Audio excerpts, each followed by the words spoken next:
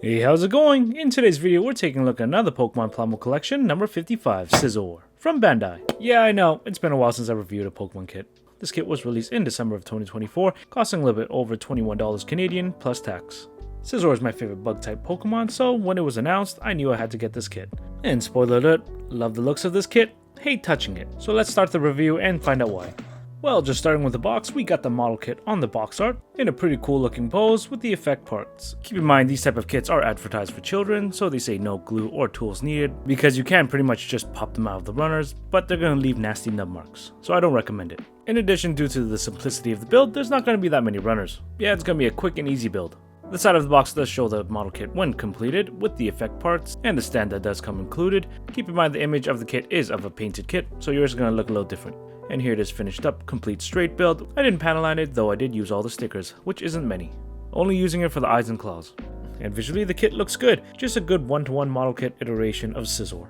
And staying true to that design, not much surface level detail, and being majority a red kit, even with the dark gray colored part separation and transparent wings, I believe the sticker usage is a must. Anything to break up all that red. Got nothing negative to say about the appearance, it looks really good. It's simple, but that's what you want.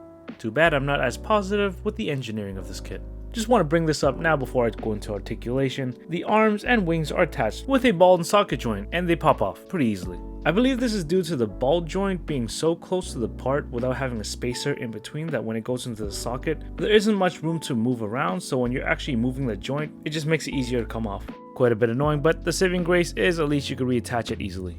Starting with the head, it has a pretty good range of motion, tilting up and down. The head is able to 360 rotate, with the arm falling off of course. Small little tangent here, but this is the most frustrating Pokemon Plamo kit I have reviewed. The shitty little ball joint on the shoulder allows little to no movement, aside from a 360 rotation. The pincers themselves are able to 360 rotate as well. And the arms in between do not have an elbow bend, but they are interchangeable with other variety of arm positions, and this also gives it a bicep rotation. And the pincers are able also to open up, though I was hoping they could open up a little bit wider.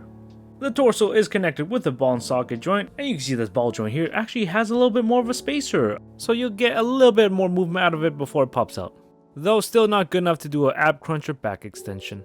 But hey, at least it could still 360 rotate. Coming around to the back where the wings are, as I mentioned earlier, the wings are attached with a ball socket joint.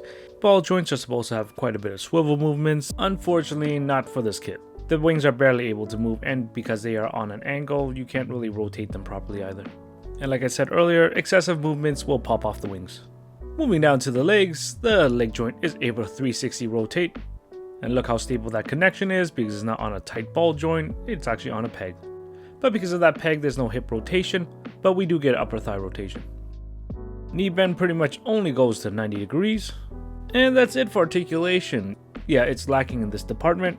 You can see the connections for the arms and wings are very bad. Unfortunately, due to the lack of articulation, posing will be a problem. Good thing is, extra accessories do help in that. Starting with the arms, you get 2 extra sets of arms. And at least they're really easy to put on, just pop everything off and you can just take off the middle part of the arm. So aside from having the straight arm option, you got a slightly more bended option and a 90-degree bend option.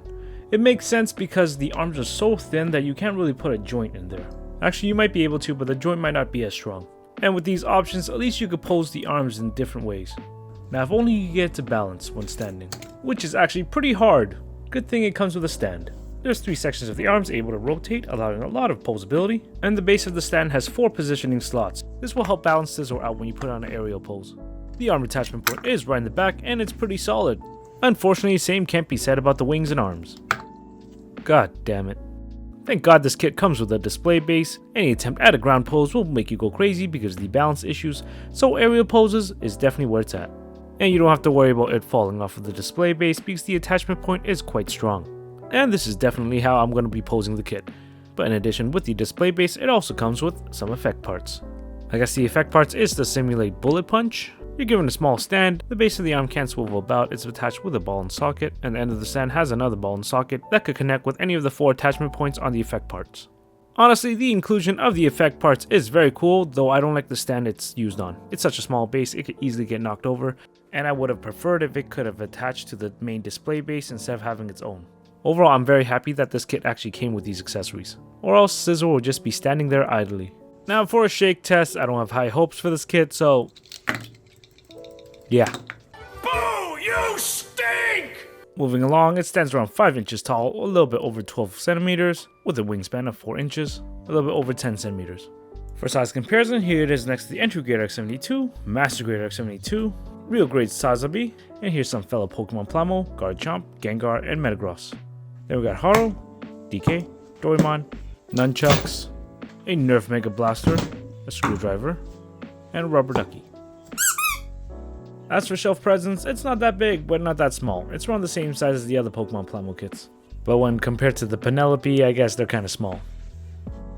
So concludes another Pokemon review. What are my final thoughts? Well, I really like Scizor. The appearance is good, it absolutely looks like Scizor, so can't complain there. The articulation is limited, and the parts falling off does make it kind of annoying. Kinda sucks because things do fall off, but once you get in a pose, you kinda just leave it there anyways. Although it will struggle with standing poses. Thankfully, it comes with a display base so you can fix a lot of that balance issue, and the effect parts and extra arms does help the posing and gives it more character.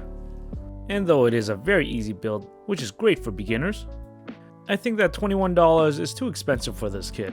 So if you could get it for like 12 bucks, then I would highly recommend it. I honestly don't think the kit is worth more than that, unless you really like Scizor. And that's it. Thanks for watching my video. I hope you like it. I enjoy making it. Let me know what you think. And hopefully one day Bandai will make an Arcanine and Nidoking Plamo as well. What Pokemon would you want as a model kit? Let me know in the comments below. Thanks again for watching. Take care. Bye.